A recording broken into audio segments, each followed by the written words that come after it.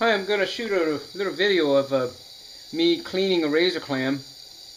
And this razor clam has already been separated from its shell by dropping it in boiling water for about 15 or 20 seconds, which serves two purposes. It separates the clam from the shell.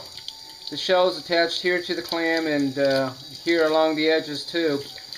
And the other thing that it does is it pre-cooks the clam a little bit so that you can actually just cut up the little bits of clam, cut up the clam into little bits and mix them up as you would say a tuna fish sandwich with mayonnaise and tomatoes and onions or garlic, if you please.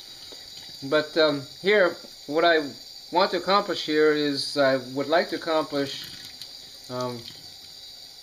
cleaning my razor clam in less than 4 minutes after I'm finished with the after I'm finished separating the shells from the clams. Now, what you want to do when you have the clam is you want to have some running water. You want to have a pair of scissors, and you want to have 1 or 2 little dishes so that you can put the diggers and the rest of the clam. First thing you want to do is you want to cut off the neck here, the top. It's ugly and it's really for aesthetic reasons. And once you've done that, you can put the clam under water, and you can rinse out some of the dirt that invariably collects in the siphon or the neck of the clam. And when you do that, you can also squeeze a little bit and get a little more dirt out. Okay. And before you do anything else to the clam, what you want to do is you want to run your fingers along this edge underwater so that you can get the sand out from the fringe here, and maybe run your finger about 10 or 12 times along the fringe, and that will get out most, if not all, of the sand. And you can look at it and to see whether or not you have gotten all the sand out. For all intents and purposes, if somebody's eating your clam and they bite into a piece of sand, well, you can tell them, well, that is from the ocean, and the ocean has beaches, and you're just getting a little more of an authentic experience here. So here I am squeezing the clam again. Now that I've got the sand out of the fringe here, I'm going to take my scissors and cut between the two sides of the fringe where they join in the middle, and then cut up towards the neck, and then continue to the end of the neck. And you could tell before you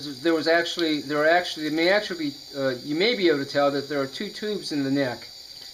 And I've opened up one of the tubes, and the next thing you want to do is you want to open up the other tube by putting your scissors into that part of the neck at this lower end.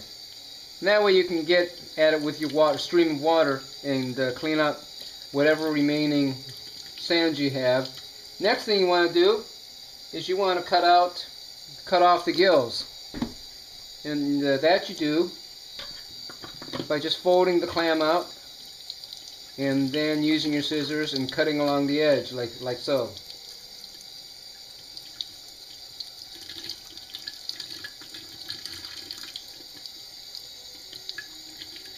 And once you've done that, you can separate your digger from the rest of the clam. I don't know all the parts of the clam, but I know how to clean them, I know how to eat them. And once you've separated the digger from the rest of the clam, you can start cleaning up the separate parts. I'll put the digger down for now, and I'll clean out the separate parts. Sometimes you see a little green stuff on certain parts. You can milk those out just by squeezing a little bit. Now I'll put away that part of the clam, and I'll work on the digger. And the first thing you want to do with the digger is you'll hold the digger in your hand, take your scissors out, and you'll see a little slippery, semi-clear thing coming out. It's called the stylus. It helps the clam in digestion. So we'll just let that fall out, and then we'll cut across the end here, and we'll let that fall out. And now we've got all this green stuff in here, That's essentially the clam guts. And if you look closely, you can see that it's actually intestines with its food inside.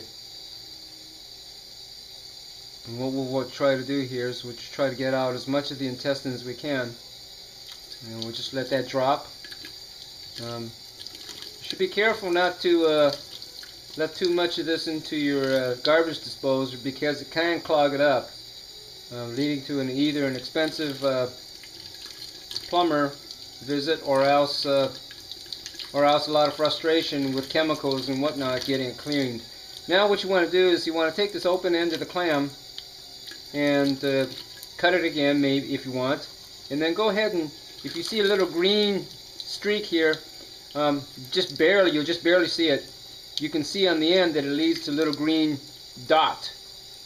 And in this case, it's more than a dot. As I milk out this green streak, you'll see that it's just the clam food. It's not harmful to eat that, but aesthetically, the clam looks better if it doesn't have any black stuff on it. Next thing you want to do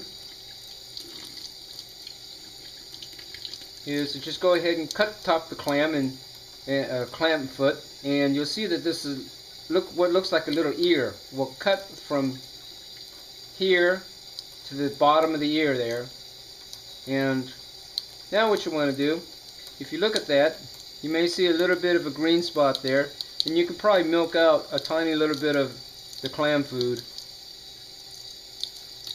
And any other green spots that you see, even though it's not harmful to you, you can go ahead and clean it out. And this is the top part of the foot. I can put this in my little footer dish now. Now the rest of the foot, if you look at the end of it, you'll see a green spot here and a green spot there. Well, these actually connect in a little loop of intestine, and you can break through and maybe even be able to pull out that loop of intestine.